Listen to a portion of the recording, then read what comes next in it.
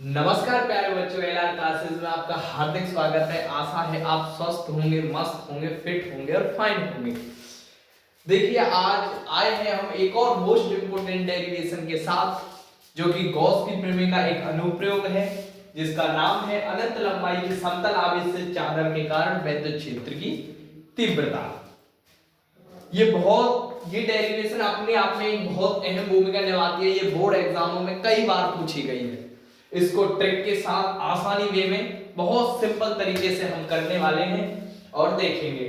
ठीक, देखो, डेरिवेशन का जो सबसे निचोड़ होता है वो होता है चित्र में। किस में होता है? चित्र में। अगर आपने चित्र को अच्छी तरह समझ लिया और परख लिया तो डेरिवेशन में फिर कुछ है नहीं। तो देखेंगे, सबसे पहले हम चित्र को बनाएंगे और देखेंगे, क्यों बोर्ड एग्जाम हमारे नजदीक है। ठीक, तो अच्छी से तैयारी करेंगे।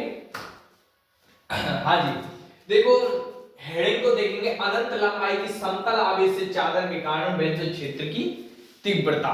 मतलब इनके कहने का मतलब है, एक समतल चादर है,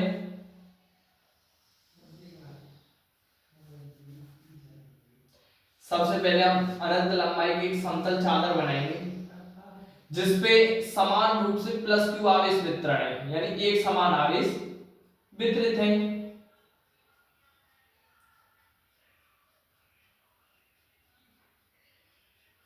ठीक, अब हमें क्या करना है, इसके और पास हमें गॉसियन पृष्ठ की कल्पना करेंगे। ठीक, क्या कर रहे हैं? गॉसियन पृष्ठ की कल्पना देखेंगे।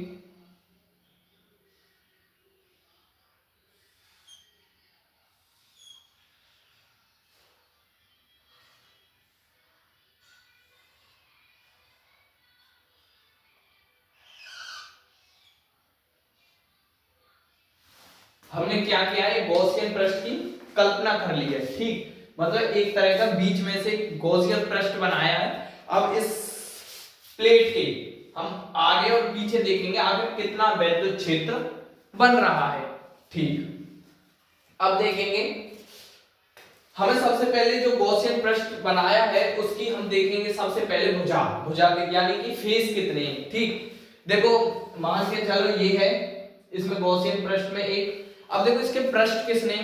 एक पृष्ठ, दो पृष्ठ और ये पूरा एक जो ऊपर चढ़ा हो, कितने हुए? तीन पृष्ठ। कितने हैं हमारे पास? तीन पृष्ठ। अब देखेंगे, देखो, मैंने उस दिन भी बताया था आपको,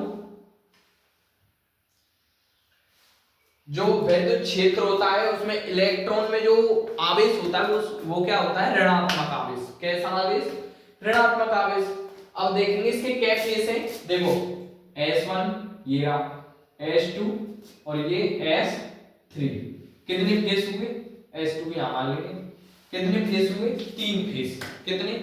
तीन फेस हुए हमारे पास। अब देखो, इलेक्ट्रॉन जो विद्युत क्षेत्र है वो प्लस क्यू आवेश के कारण कहां भागेगा? दूर की ओर। किधर भागेगा? मतलब दूर की ओर भागेगा, यानी ई हमारा इधर। इसके कारण भी ई किधर आएगा? हमारा इधर। इसके कारण इस जो ये वाला है, ठीक, और इसके कारण इधर साइड भागेगा, तो ई हमारा इधर होगा। ठीक, अब देखेंगे हम हमारा क्षेत्रफल।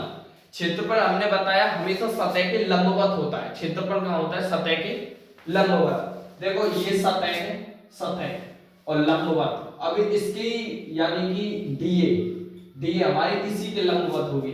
अब देखो, ये सतह है, इसके डीए होगी ऊपर की तरफ। क्यों? सतह के लंबवत। अब इसकी ये सतह है, ये भी इधर साइड होगी डीए। ठीक, ये हमने देख लिया। अगर हम इसकी थ्योरी लिखें ए बी सी और डी, यदि हम इसकी थ्योरी लिखें तो आसानी से हम लिख सकते हैं, माना एक अनंत विस्तार की समतल चादर जिसकी लंबाई L है, मान सकते हैं, जिसपे समान रूप से आवेश वितरित है। गो प्लेट के अंदर से गॉसियन पृष्ठ की कल्पना करेंगे जिसके तीन फेस हैं, S1, S2 और S3। प्लेट का जो पृष्ठीय आवेश घनत्व है वो रो है। रो पृष्ठीय आवेश घनत्व को हम किससे प्रदर्शित करते हैं? रो से। ठीक, पृष्ठीय आवेश घनत्व रो है। और प्लेट के बीचों ओर पास हमें विद्युत क्षेत्र की तीव्रता ज्ञात करनी है। ये हम इस तरह थ्योरी लिख सकते हैं इसकी। अब देखेंगे कुल विद्युत फ्लक्स, देखेंगे इसमें विद्युत फ्लक्स कितना होगा, कुल विद्युत फ्लक्स। जो विद्युत फ्लक्स का जो सूत्र होता है वो होता है फाई ई बराबर के ई ए, आपने पढ़ा होगा। ठीक, हमारे पास कितने फेज हैं, 3 फेज, मतलब phi 1 plus phi 2 plus phi 3। ठीक, यानी कि 3, एक एक एक करके सबको देखेंगे। तो फाई ई बराबर हमारा देखेंगे, समाकलन करेंगे S1, यानी फाई बराबर क्या होता है हमारा ई डी ए और कॉस थीटा। ठीक, E D A cos theta plus S2 के देखेंगे E D A cos theta. अब थर्ड पृष्ठ के लिए देखेंगे S3 के लिए E D A cos theta. ठीक, ये हमारी गॉस की प्रमेय का जो वो विद्युत फ्लक्स का सूत्र होता है हमारे पास।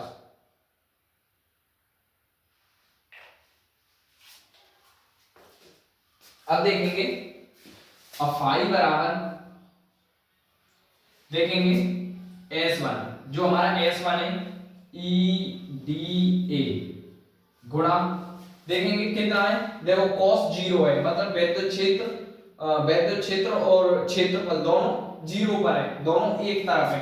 तो cos 0 कितना, cos 0, और cos 0 का मान कितना होता है हमारे पास, cos 0 का मान होता है 1, कितना 1। अब अगले प्रश्न के लिए देखेंगे S2 के लिए ई डी ए, और इसमें देखेंगे S2 में 90 cos 90, और cos 90 का मान कितना होता है हमारे पास 0। ठीक, प्लस अब S3 के लिए देखेंगे ई डी ए, देखो S3 हमारा ये रहा, और ये कितना है 0, मतलब विद्युत क्षेत्र और क्षेत्रफल दोनों एक तरफ है। तो cos 0 का मान 1। ठीक, तो फाई ई बराबर देखेंगे हमारे पास क्या क्या बच रहा है, बस हमारे पास बच रहा है 2, ये तो 0 हो गया और ये हमारे पास ये बच रहे हैं। तो जो फॉर्मूला आएगा हमारा 2EA, क्या है हमारे पास 2EA, मतलब एक ये है और ये है, एक और एक 2, यानी 2EA आए हैं। तो कुल विद्युत फ्लक्स हमारे पास कितना आया है,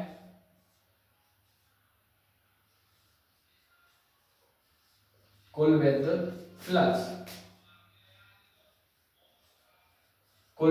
फ्लक्स फाई ई बराबर 2EA समीकरण नंबर 1, कितना है 2EA समीकरण नंबर 1। हमारा जो विद्युत फ्लक्स है वो आया है 2EA समीकरण नंबर 1। अब देखेंगे गॉस की प्रमेय, गॉस की प्रमेय देखेंगे, जो गॉस की प्रमेय का सूत्र होता है हमारे पास फाई ई बराबर Q बटे एप्सिलॉन नॉट। ठीक, अब देखेंगे इसमें लग रहा पृष्ठीय आवेश घनत्व, क्या पृष्ठीय आवेश घनत्व, पृष्ठीय आवेश घनत्व का जो फॉर्मूला होता है हमारे पास रो बराबर Q अपॉन के A। क्या होता है रो बराबर Q अपॉन के, क्या हम Q बराबर रो ए लिख सकते हैं, क्यों नहीं लिख सकते, लिख सकते हैं। ये गया समीकरण नंबर 2। अब इस Q का मान अपनी यहां रख दे, देखो QE बराबर इसका मान Q बराबर रो ए एप्सिलॉन नॉट। ठीक, यहां तक किसी को कोई दिक्कत,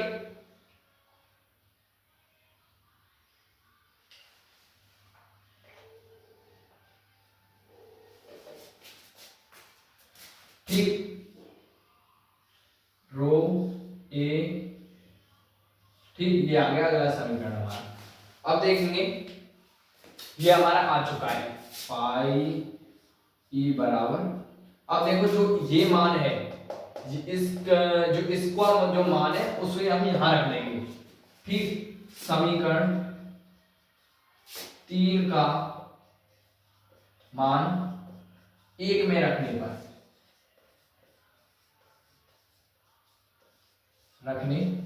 पर देखेंगे इसका मान बाहर रख लेंगे हम, तो रो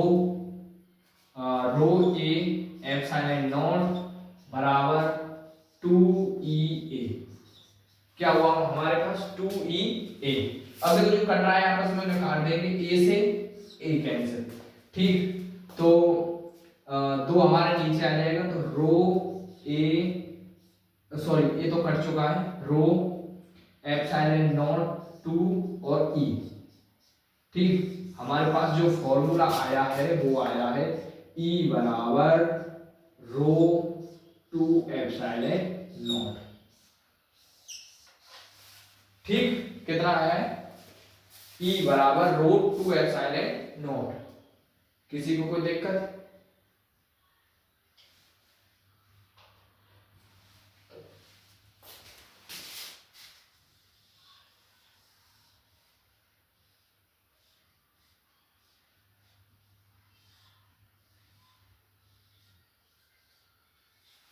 ठीक, जो मेन फॉर्मूला आया हमारे पास ये रहा। ठीक, यहां तक किसी को कोई दिक्कत? वैसे तो कुछ हो गई नहीं। देखो अनंत लंबाई की समतल चादर के कारण विद्युत क्षेत्र की तीव्रता। देखो पहले हमने चित्र बनाया, इसके पृष्ठ देखे हमने, आखिर कितने पृष्ठ है। ठीक, S1 S2 S3, फिर हमने कुल विद्युत फ्लक्स निकाला यहां से। देखो कुल विद्युत फ्लक्स हमारा phi बराबर 2EA कितना है, phi बराबर समीकरण नंबर 1। फिर गॉस की प्रमेय phi बराबर q एप्सिलॉन नॉट। ठीक, अब पृष्ठीय आवेश घनत्व रो QA और q बराबर रो A लिख सकते हैं। फिर q का मान हमने यहां रखा। ठीक, तो समीकरण नंबर 3, अब इसका मान इसमें रख देंगे। देखो ये रखा a से a कैंसिल। ठीक, तो E बराबर रो 2 एप्सिलॉन नॉट, जो फाइनल फॉर्मूला आया हमारा E बराबर रो 2 एप्सिलॉन नॉट। वैसे कुछ है नहीं, समझ में आया होगा, आशा है, उम्मीद है आपको बहुत अच्छे से समझ आया होगा। ये छोटी सी डेरिवेशन बहुत इंपॉर्टेंट है। ठीक, तो इसे अब अपनी कॉपी में उतार के रिवीजन करें और अच्छी लगे तो वीडियो को लाइक करें। धन्यवाद।